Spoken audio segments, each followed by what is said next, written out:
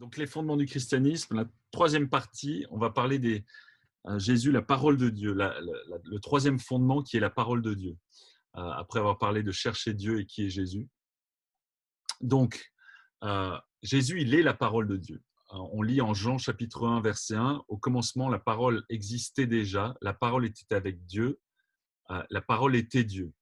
Et puis au verset 14, on lit « La parole s'est faite homme, elle a habité parmi nous pleine de grâce et de vérité, et nous avons contemplé sa gloire, une gloire comme celle du Fils unique venu du Père. » Et donc on voit ici que Jésus, il est la parole et il s'est incarné en homme. On va lire aussi en Apocalypse qu'il est appelé, il était habillé d'un vêtement trempé de sang, son nom est la parole de Dieu. Donc on voit dans plusieurs passages que vraiment Jésus, il est le logos, il est la parole de Dieu, la parole incarnée de Dieu. On voit aussi ça dans le livre des Actes, où on lit que les premiers chrétiens, lorsqu'ils propageaient la bonne nouvelle, parfois on lit la bonne nouvelle de la parole, ceux qui avaient été dispersés allaient de lieu en lieu à annoncer la bonne nouvelle de la parole.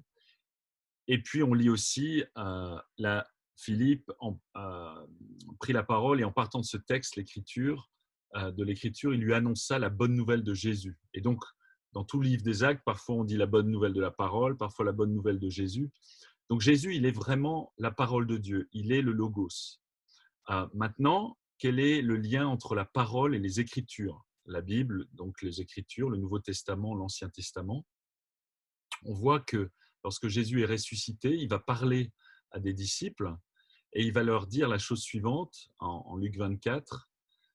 Puis il leur dit, ce que je vous disais lorsque j'étais encore avec vous, il fallait que s'accomplisse tout ce qui est écrit à mon sujet dans la loi de Moïse, dans les prophètes et dans les psaumes. Donc Jésus dit clairement, il explique par les Écritures de l'Ancien Testament tout ce qui est dit sur lui, en fait. Et on sait qu'il y a à peu près 300 prophéties dans l'Ancien Testament sur Jésus. Donc la loi de Moïse, c'est le Pentateuque, les premiers livres de l'Ancien Testament, puis les prophètes comme Ésaïe, Jérémie, et puis les psaumes. On lit aussi en Éphésiens, où Paul il dit aux chrétiens, vous avez été édifiés sur le fondement des apôtres et des prophètes, Jésus-Christ lui-même étant la pierre de langue. Donc voilà, votre foi vient des apôtres, l'enseignement des apôtres, le Nouveau Testament, et les prophètes, donc Jésus, Ésaïe, Jérémie, etc. Jésus étant le centre, vraiment le centre de tous les enseignements, toutes les prophéties pointent vers Jésus. Donc en fait, les Écritures, Ancien Testament et Nouveau Testament, révèlent Jésus. Donc on peut dire que la Bible révèle la parole de Dieu, puisque Jésus est la parole de Dieu, la Bible révèle la parole de Dieu. On pourrait faire le court-circuit et dire que la Bible est la parole de Dieu. Techniquement, ce n'est pas tout à fait exact, mais comme elle révèle la parole de Dieu, clairement, voilà, la Bible, elle est vraiment inspirée de Dieu, et on verra ça tout à l'heure. Donc j'ai fait un petit schéma là, qui permet de comprendre voilà, l'Ancien Testament, le Nouveau Testament, les Épîtres, les Évangiles vont pointer vers la révélation de Jésus, vers Jésus. Et donc, il y a tellement de richesse dans toute la Bible pour vraiment connaître Jésus. Alors, la Bible, elle est inspirée de Dieu, clairement. D'ailleurs, il y a un passage où Paul dit à Timothée, son disciple, il va lui dire, on lit ça en 2 Timothée chapitre 3, versets 15 à 17, voilà, depuis ton enfance, tu connais les saintes écritures qui peuvent te rendre sage en vue du salut par la foi en Jésus-Christ. Toute l'écriture est inspirée de Dieu et utile pour enseigner, pour convaincre, pour corriger, pour instruire dans la justice, afin que l'homme de Dieu soit formé et équipé pour toute œuvre bonne. Donc on lit ici, voilà, toute l'écriture est inspirée de Dieu. Pierre, l'apôtre Pierre, il va aussi dire dans une de ses épîtres, au chapitre 2 Pierre, chapitre 1, verset 20, il dit « Sachez avant tout qu'aucune prophétie de l'Écriture n'est une affaire d'interprétation personnelle. » Donc on ne peut pas interpréter n'importe comment les Écritures. En fait, il y a un sens, il y a une explication, il y a une interprétation précise. Mais ce qu'on peut dire clairement, c'est que la Bible, elle a été inspirée par le Saint-Esprit. Le Saint-Esprit a guidé et protégé les auteurs de la Bible. Et donc, Aujourd'hui, on a pas mal de traductions, donc les traductions ne sont pas parfaites et parfois, ça vaut la peine de creuser un peu avec le texte original en grec si on veut comprendre les précisions des Écritures.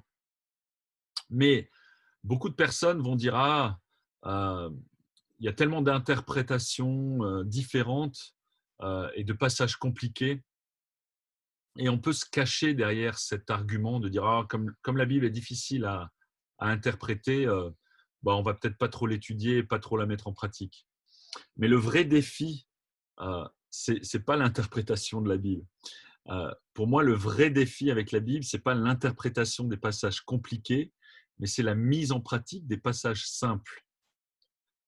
Comme par exemple aimer et prier pour ses ennemis. C'est pas très compliqué à comprendre, mais par contre de le faire, de le mettre en pratique, c'est plus difficile. Ou bien être intègre, honnête en tout temps. C'est pas difficile à interpréter, à comprendre, mais de le mettre en pratique, c'est autre chose. Et donc, il faut pas se cacher derrière certaines interprétations qui peuvent être parfois un peu compliquées sur certains sujets.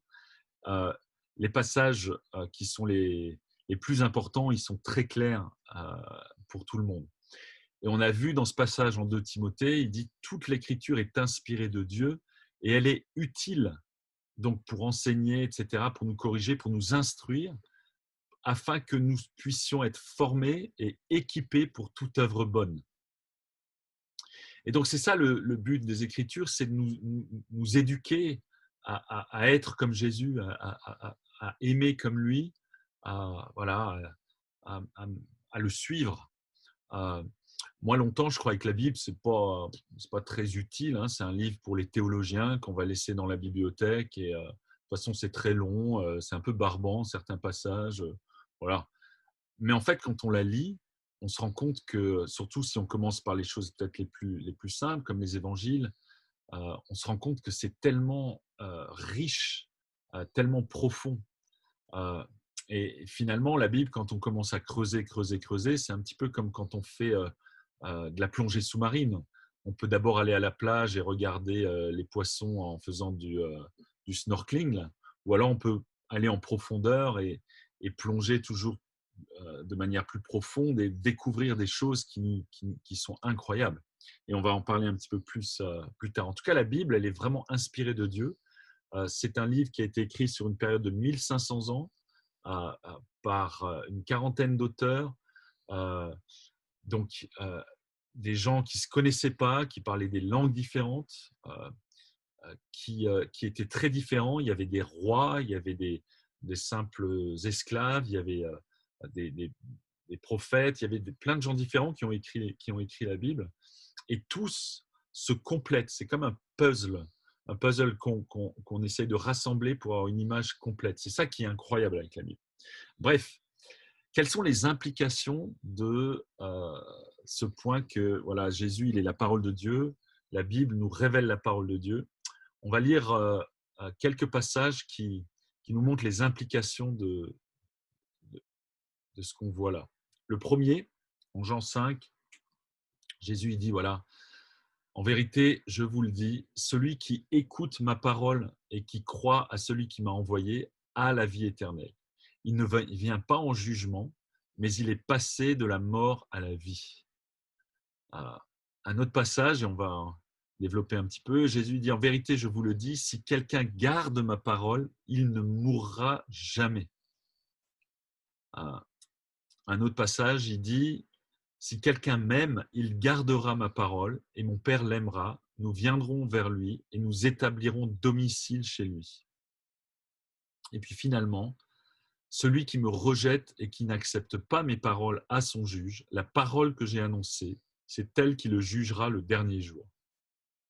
Donc Jésus, il est très clair. Euh, il dit très clairement que la parole, si on la rejette, elle va nous juger. On sera jugé par la parole. Mais si on l'accepte et on la met en pratique, elle va nous sauver. Euh, et si quelqu'un garde ma parole, il ne mourra jamais. Les implications sont énormes. Euh, alors, quelles sont les applications pratiques? Pratiquement, comment aborder la parole? D'abord, on va lire un passage qui nous montre que la Bible, elle est comme un miroir pour notre âme. Et c'est en mettant en pratique la parole qu'on sera vraiment heureux.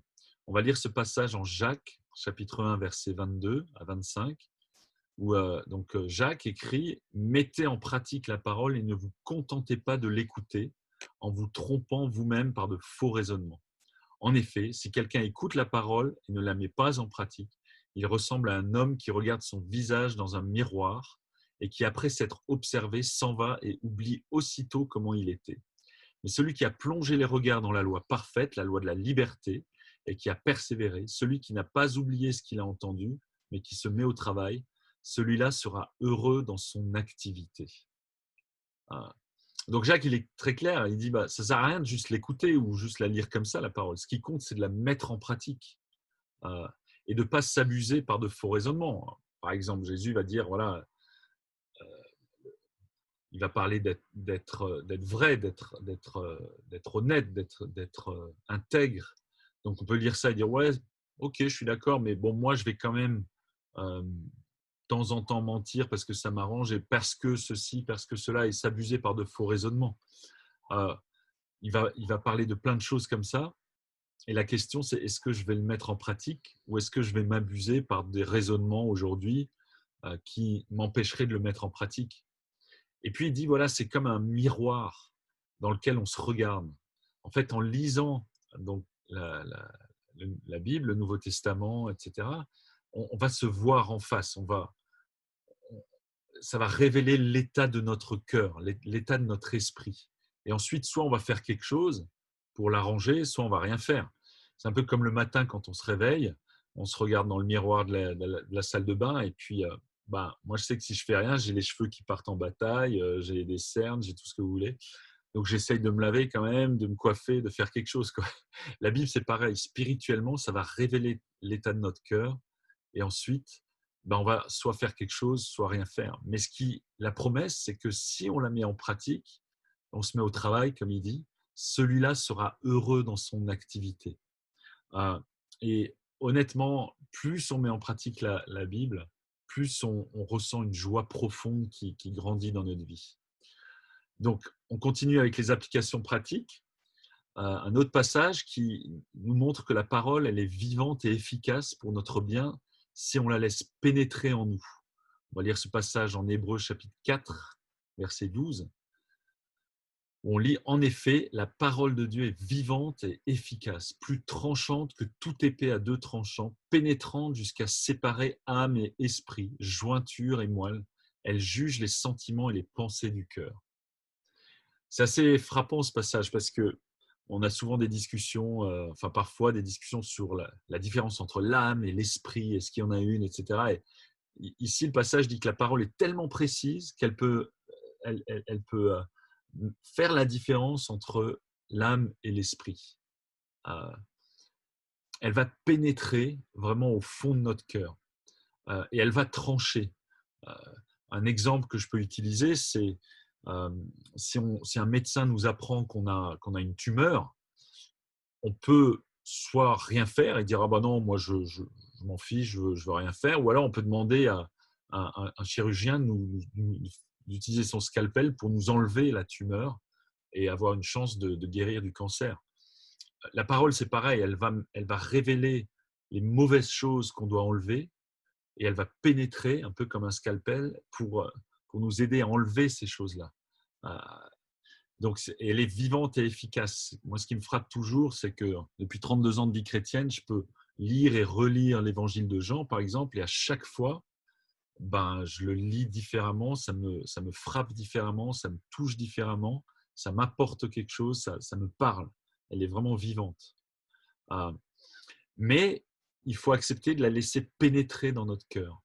Et il y a un passage en Jean 8 où Jésus il dit à certaines personnes, il dit « Je sais que vous êtes de la descendance d'Abraham, pourtant, vous cherchez à me faire mourir parce que ma parole ne pénètre pas en vous. » Et en fait, là est tout le problème. C'est est-ce que je vais laisser la parole pénétrer dans mon cœur ou est-ce que je vais plutôt me barricader et l'empêcher de pénétrer? En tout cas, si on empêche la parole de Jésus de pénétrer dans notre cœur, on va le rejeter.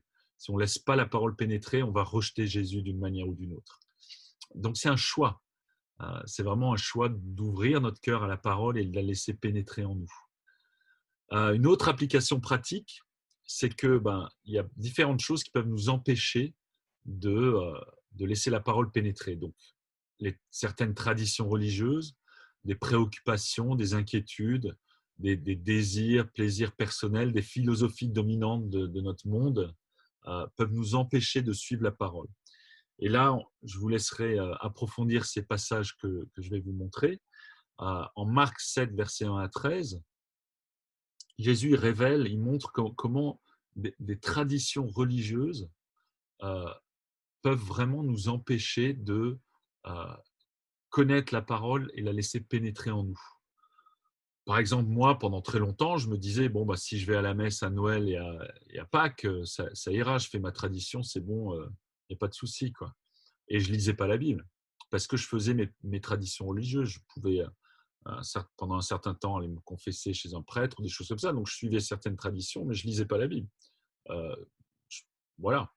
Et du coup, je ne laissais pas la parole pénétrer en moi. Il ne faut pas se cacher derrière les traditions religieuses. Ce n'est pas elles qui vont nous sauver, c'est la parole. Mais je vous laisse approfondir ce passage qui est très intéressant.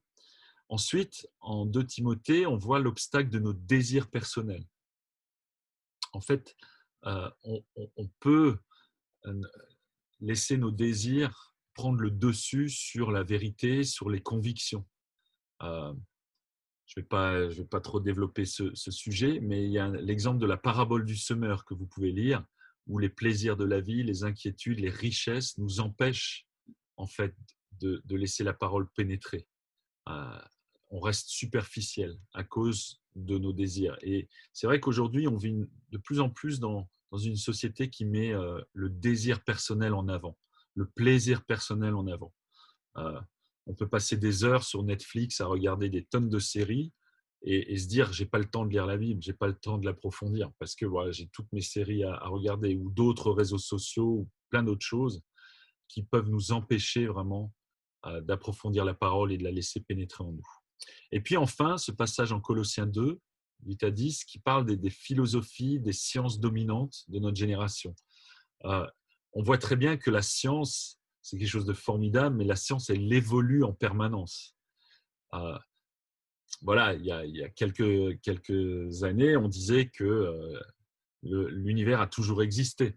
Donc, ce n'était pas compatible avec la Bible, puisque la Bible dit qu'il y a eu un commencement. Et puis finalement, on a découvert qu'il y a eu le Big Bang et que finalement, il y a eu un commencement. Mais on aura d'autres raisons de dire « Ah, mais il y a l'évolution, donc ce n'est pas compatible avec… » Et en fait, on peut se cacher derrière des sciences de notre génération, des sciences actuelles, mais on se rend compte quand on creuse vraiment que la science, la vraie science, peut vraiment nous rapprocher de Dieu. Et c'est pareil avec les philosophies. Mais certaines philosophies et certaines sciences peuvent nous empêcher de vraiment connaître la parole et de l'approfondir. Donc, en conclusion, sur ce troisième thème, troisième fondement qui est vraiment essentiel, la parole de Dieu, je vais lire ce passage en 1 Thessaloniciens chapitre 2, où Paul il parle à des chrétiens de Thessalonique et il leur dit « C'est pourquoi nous disons sans cesse à Dieu toute notre reconnaissance de ce que, en recevant la parole de Dieu que nous vous avons fait entendre, vous l'avez accueillie non comme la parole des hommes, mais comme ce qu'elle est vraiment, la parole de Dieu agissant en vous qui croyez. » Et en fait, voilà, le Nouveau Testament, on peut le lire un peu comme n'importe quel livre, on dira oh, ça vient des hommes, ou alors le lire en disant ça vient de Dieu, c'est Dieu qui veut me parler, il veut m'instruire, il veut m'éduquer, il veut m'apporter quelque chose. Donc tout dépend quelle est notre approche. Est-ce qu'on lit ça en disant Dieu me parle, ou bien c'est juste un livre comme un autre. Il y a un très très bel exemple, celui de Jérémie, un prophète de l'Ancien Testament, où on lit en Jérémie 15, « Tes paroles se sont présentées à moi et je les ai dévorées. Ta parole a provoqué mon allégresse, elle a fait la joie de mon cœur. » Moi, je me souviens quand j'ai commencé à vraiment lire sérieusement et sincèrement la Bible. Euh, Au début, ça met un peu de temps hein, pour se plonger dedans, pour comprendre. Et puis à un moment donné, quand on approfondit, quand on s'efforce de méditer, hein, il se passe des choses dans notre cœur. On ressent une joie profonde. Euh, Comme Jérémie, ta parole a provoqué mon allégresse. Et je me souviens quand, quand, quand j'ai découvert, j'ai vraiment étudié pour la première fois la Bible, c'était fou. Après quelques études, c'était waouh, mais c'est vraiment incroyable que Dieu veuille me parler, veuille s'adresser à moi. Il y a un psaume qui parle uniquement de la parole de Dieu, c'est le psaume 119. Et c'est vraiment étonnant parce que c'est le psaume le plus long, c'est le chapitre le plus long de toute la Bible. Il est juste au centre de la Bible, au milieu si vous voulez. Et, euh, et je vous encourage à le lire parce qu'il parle de tous les effets de la parole de Dieu dans notre vie. C'est un psaume formidable. Donc, pour approfondir ce sujet de la parole, étudiez, méditez le psaume 119. Euh, donc, en conclusion, euh, notamment le psaume 119 nous encourage à méditer la parole chaque jour. Pour moi, la décision la plus importante par rapport à ce fondement de la parole, c'est de prendre la décision de la méditer chaque jour, le matin, au réveil. C'est souvent ce qui est le mieux parce que c'est ce qui va nourrir notre âme pour la journée. Quand on se lève, souvent, on aime bien prendre un petit déj parce qu'on a besoin de force, on a besoin de protéines, on a besoin de plein de nutriments pour nous donner la patate pendant la journée. Mais notre âme, pareillement, elle a besoin d'être nourrie.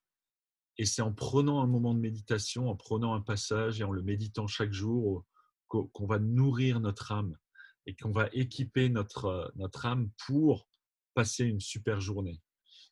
Euh, J'aime bien dire aussi que voilà, en priant, on parle à Dieu et en méditant sa parole, Dieu nous parle. Et donc, c'est vraiment une relation. Euh, c'est développer notre relation avec Dieu que de commencer la journée en prenant un moment pour prier et un moment pour méditer sa parole. Sa parole. On va se connecter à lui. Et c'est fou le nombre de fois où j'ai l'impression que les passages que j'ai lus le matin, c'est les passages dont j'avais besoin pendant la journée. C'est ces passages-là qui m'ont été utiles pendant la journée. Vous verrez, c'est presque magique, c'est fou. Et donc la question que j'aimerais nous poser à tous, pour conclure, pour finir, c'est est-ce que, est-ce que tu crois que la Bible est inspirée de Dieu, qu'elle révèle sa parole, et est-ce que tu veux la méditer et la mettre en pratique? Donc ça, c'est le point essentiel. C'est qu'est-ce que je crois?